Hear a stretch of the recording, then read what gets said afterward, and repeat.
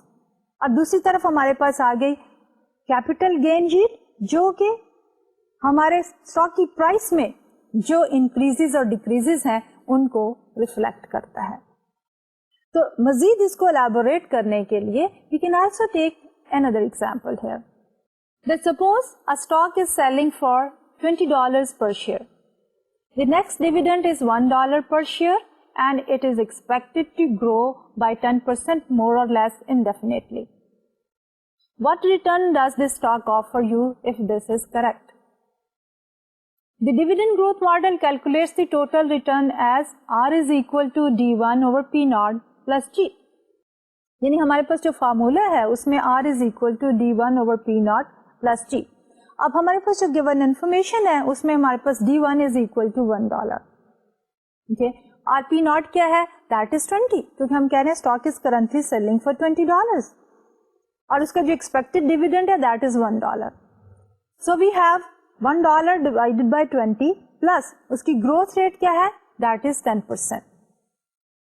So therefore, when we go for the actual calculations, what do we get here is $1 divided by 20 plus 10% is equal to 5% plus 10% is equal to 15%.